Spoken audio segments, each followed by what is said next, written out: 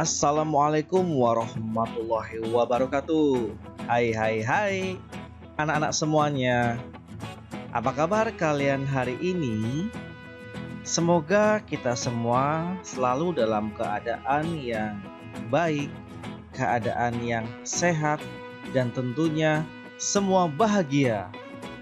Berjumpa kembali dengan Mbah Einstein. Kali ini Mbah Einstein akan kembali menemani anak-anak semuanya untuk belajar.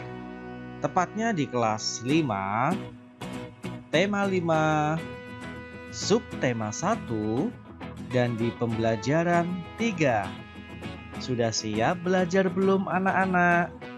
Yuk, seperti biasanya, agar diberikan kelancaran dan ilmu yang bermanfaat, mari kita awali kegiatan pembelajaran hari ini dengan berdoa.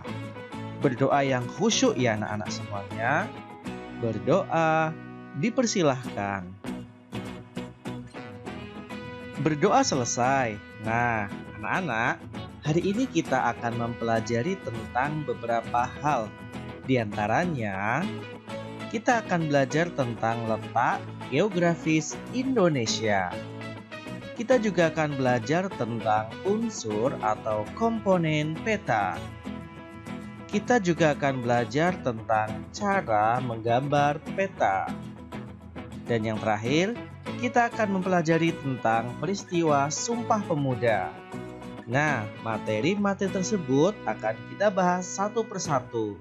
Maka dari itu, tonton video ini sampai habis agar kalian tambah paham dengan materinya. Baik anak-anak, perhatikan.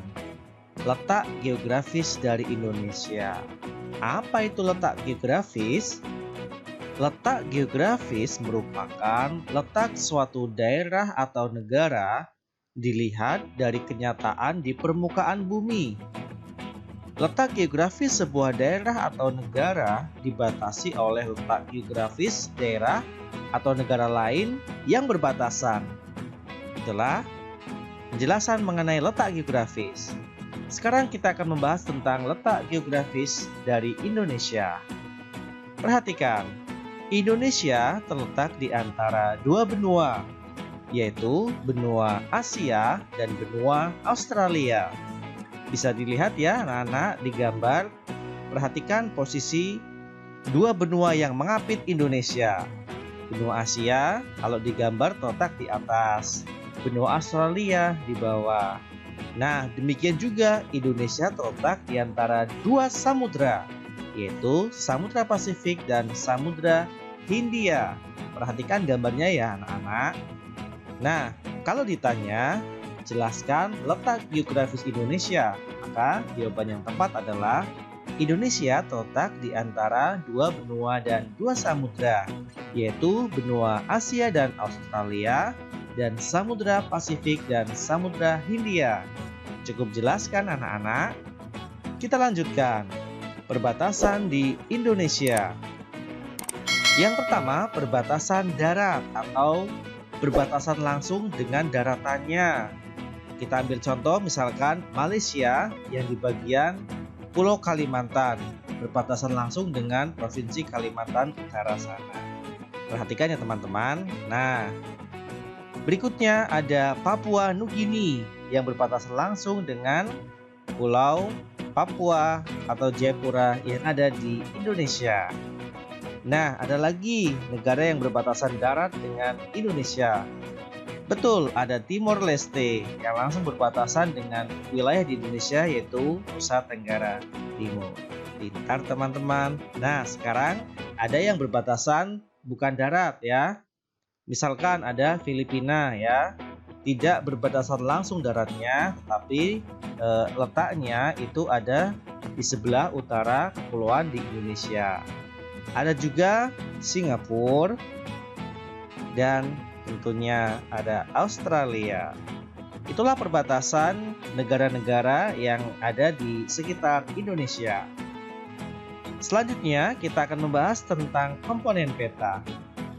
Anak-anak masih ingat pembelajaran di kelas 4? Nah, peta memiliki beberapa komponen. Yang pertama, judul peta.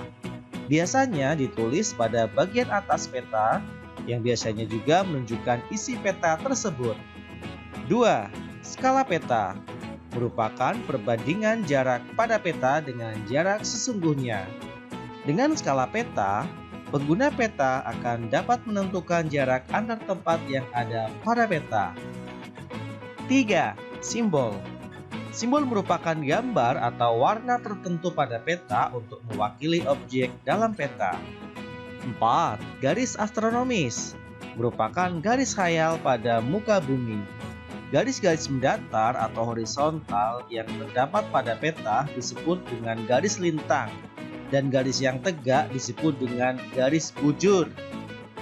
Ayo kita ulangi lagi. Garis yang mendatar namanya garis lintang, sedangkan yang tegak berarti garis bujur.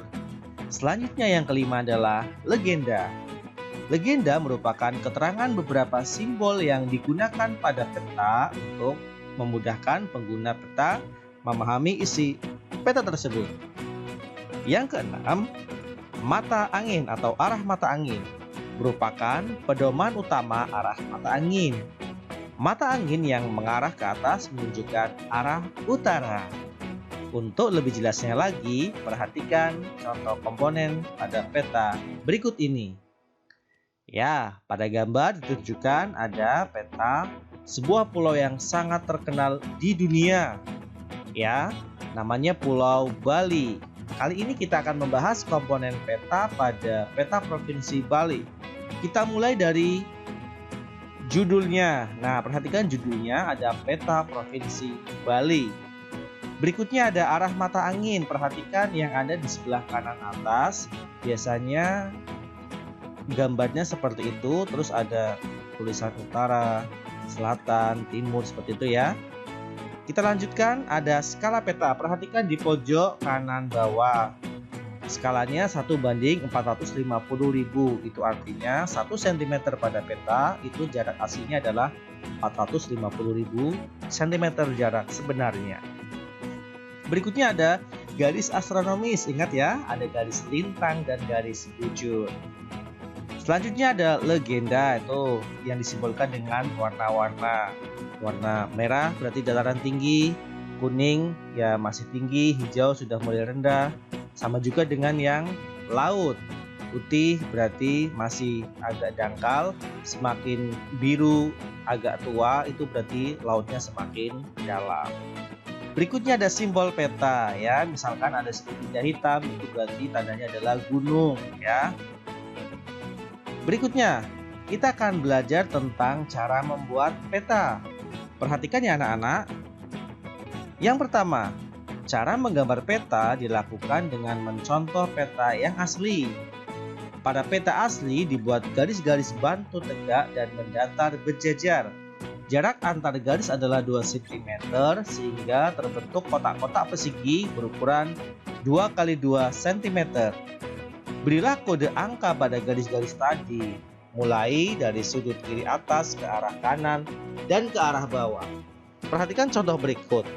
Ya, lebih enak misalkan kalian punya peta, bisa hasil dari ngeprint terus kalian buat garis bantu atau kotak-kotak seperti ini dengan jarak yang tentunya sama ya, 2 cm 2 cm. Nah, langkah yang kedua, siapkan kertas gambar yang akan digunakan untuk menggambar peta. Buatlah garis bantu tegak dan mendatar berjajar menggunakan pensil dan penggaris. Ingat, ukuran garis tegak dan mendatar harus sama dengan ukuran garis tegak dan mendatar pada peta asli yang sebelumnya sudah kamu buat.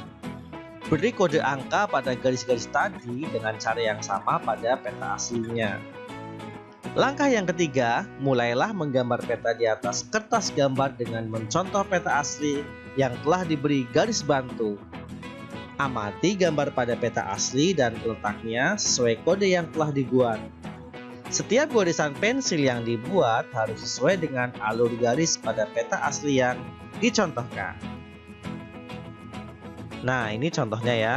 Setelah kita sudah membuat di kertas kosong, dibuat garis bantu, dan kita samakan tiap garis di setiap kolomnya dengan peta yang sudah kita garis-garis sebelumnya.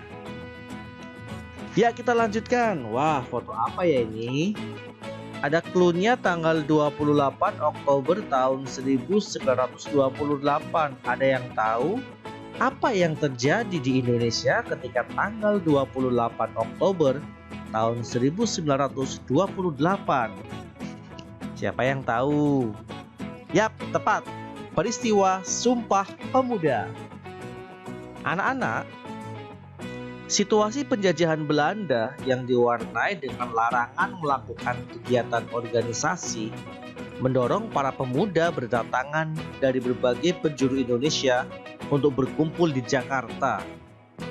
Kongres Pemuda yang diadakan pada tanggal 27 dan 28 Oktober tahun 1928 melahirkan peristiwa Sumpah Pemuda. Peristiwa ini menginspirasi seluruh lapisan masyarakat Indonesia terhadap pentingnya persatuan dan kesatuan. Nah, berikut adalah gambaran sewaktu terjadi peristiwa Sumpah Pemuda. Anak-anak ada yang tahu siapakah tokoh yang memainkan biola saat Kongres Pemuda sedang berlangsung? Ya, dia adalah W.R. Supratman atau W.G. Rudolf Supratman. Salah seorang pemuda asal Purworejo, Jawa Tengah yang diberikan kesempatan untuk memainkan dengan menggunakan biolanya lagu kebangsaan Indonesia Raya. Saat Kongres Pemuda itulah pertama kalinya diperdengarkan lagu yang kelak ketika merdeka akan menjadi lagu kebangsaan Indonesia Raya. Nah, sewaktu W.G. Rudolf Supratman menggesekkan dan memperdengarkan alunan biola yang merdu, seketika itu pula seluruh hadirin yang ada di Kongres Pemuda terkesima dengan begitu bagusnya lagu yang diciptakan oleh W.G. Rudolf Supratman.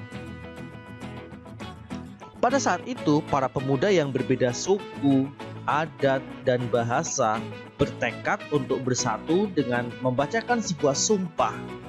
Sumpah ini merupakan janji pemuda mewakili masyarakat Indonesia untuk bersatu membentuk sebuah negara merdeka yang bebas dari penjajahan.